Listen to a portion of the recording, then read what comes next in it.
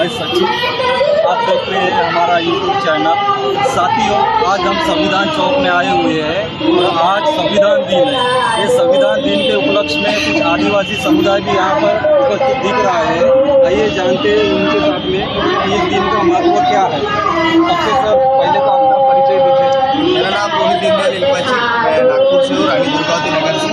आदिवासी कुंज समिति व इरकनी आदिवासी महिला मंडल का संयोजक सदस्य।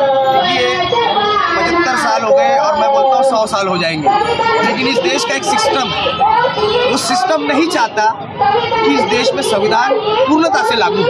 मैं कहता हूँ आपसे, 5वीं अनुसूची हमको मिली है, 6वीं अनुसूची हमको मिली है, भूमि अधिग्रहण नियम ये भी दिया हुआ है, ट्राइबल्स के लिए खास चीज़ें, ये सख्ती से लागू तो करो।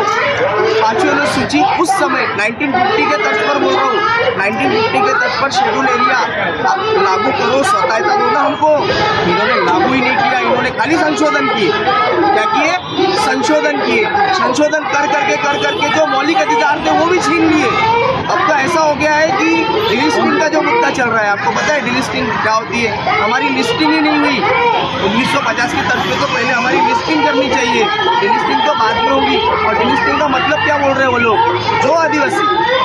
जो आदिवासी जो जनजाति मुस्लिम धर्म में चले गए, क्रिश्चियन धर्म में चले गए, सनातनी हिंदू धर्म में, हम कहते हैं वो नहीं बोलते, उनके कुछ संगठन है वो लोग नहीं बोलेंगे, हम बोलते हैं जो आदिवासी सनातनी हिंदू में, उनका कहने का मतलब जो दूसरे धर्म में चले गए उनका आरक्षण छीन लिया गया।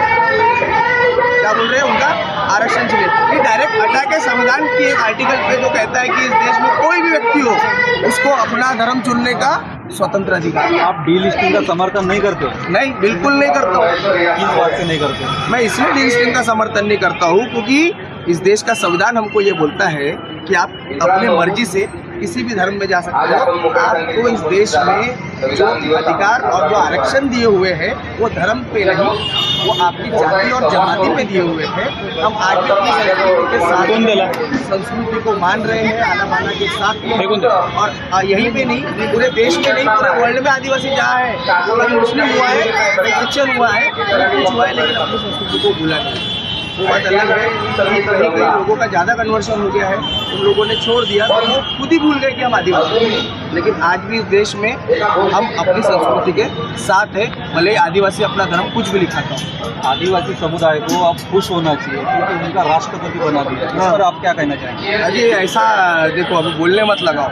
मैं ऑन कैमरा बोलता हूँ और बिंदास बोलता हूँ, क्षमा भी चाहता हूँ। पहले लैंग्वेज संविधान के दायरे में होना चाहिए। बिल्कुल संविधान के दायरे में ही हमारी लैंग्वेज है। जो हमारी महामहिम राष्ट्रपति जी हैं, जो इस बार राष्ट्रपति चुन के आई है, द्रौपदी मुर्मू जी, इनका जो जब ये झारखंड में राज्यपाल हुआ करते तब इन्होंने छोटा नागपुर टेंडेंसी एक्ट और संताल परगना टेंडेंसी एक्ट राज्यपाल रहते हुए हटाने की बात की, जो आंदोलन से हमको मिला हुआ है। छोटा नागपुर टेंडेंसी एक्ट और संताल परगना टेंडेंसी एक्ट वहाँ के ट्राइब को और वहाँ की ज़मीनों को संरक्षण करने के लिए बनाया हुआ है, ताकि कोई भी बाहरी आदमी आके वहाँ पे घुसपैठ ना कर सके। ऐसे एक्ट को हटाने के बाद हमारे राष्ट्रपति जी करते हैं। अब मुझे खुश होना चाहिए या मुझे दुख होना चाहिए? आप बात करते हो। मेरी राष्ट्रपति, मेरे समाज की राष्ट्रपति, मुझे गर्व होना चाहिए कि मेरे आदिवासी समुदाय से एक राष्ट्रपति बनाई गई, लेकिन वो मेरे भी मौलिक और मेरे मूल्यवान जो अधिकार है उसी पर अटैक करती है, सिर्फ इसीलिए क्योंकि वो एक पार्टी के नेता है। सिर्फ इसीलिए क्योंकि एक पार्टी की नेता है। और आपने अभी भी देखा है, नया संसद भवन बना है, उनमें उनको एंट्री नहीं दी गई, उसके लिए उनको बुलाया नहीं गया। इससे बड़ा अपमान और आप ही बताइए, खुश होना चाहिए? आप खुद बताइए, खुश होना चाहिए या दुख होना चाहिए? है ना? इससे अच्छा तो किसी ऐसे आदमी को आप बनाते थे जो सच में आदिवासी के मूल्यों को पहचान कर आदिवासी के लिए काम करने वाला नेता हो या कोई सामाजिक संगठन से जुड़ा हुआ व्यक्ति हो, ऐसे व्यक्ति को बना देना चाहिए। आपने ऐसे व्यक्ति को बनाया जो बचपन से बदमाशी कर रहा आश्रम वाले।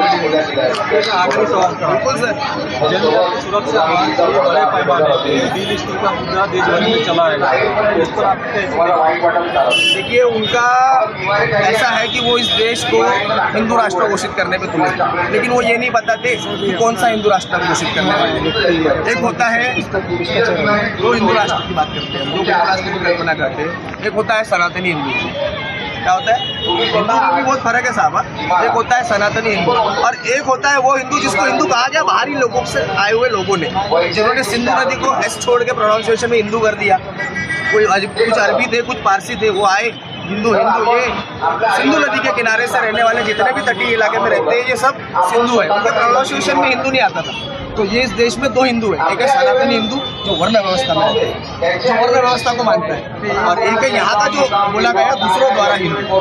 ये सारी चीज़ों का डिफरेंस है। और जनजाति सुरक्षा मंच, ये मैंने भी सुना है कि देश भर में आंदोलन छेड़ने वाले हैं डेलिस्टिंग के लिए, लेकिन ये तो सबसे बड़ा धोखा है संविधान के मौलिक अधिकारों पे।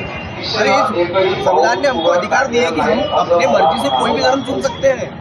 और एक ये संगठन है जनजाति सुरक्षा मंच, वनवासी कल्याण आश्रम, ये वो संगठन है जो इस देश में आदिवासियों को आदिवासी मानता ही नहीं। ये वो संगठन है जो इस देश में, वो विचारधारा के संगठन है जो इस देश में आदिवासी को आदिवासी मानता ही नहीं, वो वनवासी बोलता है। और आदिवासी बोलने में उसको शर्म आती है, क्योंकि आदिवासी जब वो बोलता है तो हमारा आदिकाल उसमें आ जाता है, हम उससे भी पहले के ऐसा उनको व्यतीत होने लगता है। आदिवासी नहीं बोलते, वनवासी। और त्यामुळं आज त्याच्याजवळ ज्ञानाचा एवढा मोठा अभंग महासागर आहे। धन्यवाद सर। आपले जो सूर्य लोक एवढे देखिए, ज्ञान एक तरफ आज संविधान दिन है और संविधान के दिन में यहाँ पे आदिवासी समुदाय जो कि जंगल में रहने के लिए उनको मजबूर किया गया था, अनेकों सुविधा से उनको वंचित किया गया था, आज वो अपने हक अधिकार जानने लगा है, बोलने लगा है। और उससे भी बहुत बड़ी महत्वपूर्ण बात यह है कि उनको आर्टिकल 14 के तहत, आर्टिकल 14 कहता है कि इस देश में लिंग के आधार पर, भाषा के आधार पर, क्षेत्र के आधार पर, बोली भाषा के आधार पर भेदभाव नहीं की जा सकता है। लेकिन एक जो सुरक्षा मंच बनाया गया है उसके माध्यम से डीलिस्टिंग का मामला उठाया जा रहा है, और कहीं ना कहीं ये दिखाई दे रहा है कि आदिवासी में झगड़ा लगाने का मामला चल रहा है। देखते हैं कि आदिवासी समुदाय इस झगड़े के इससे कैसे जन जागृति कर पाता है। मैं सचिन स्वयं, कैमरामैन राकेश गजबे के साथ में।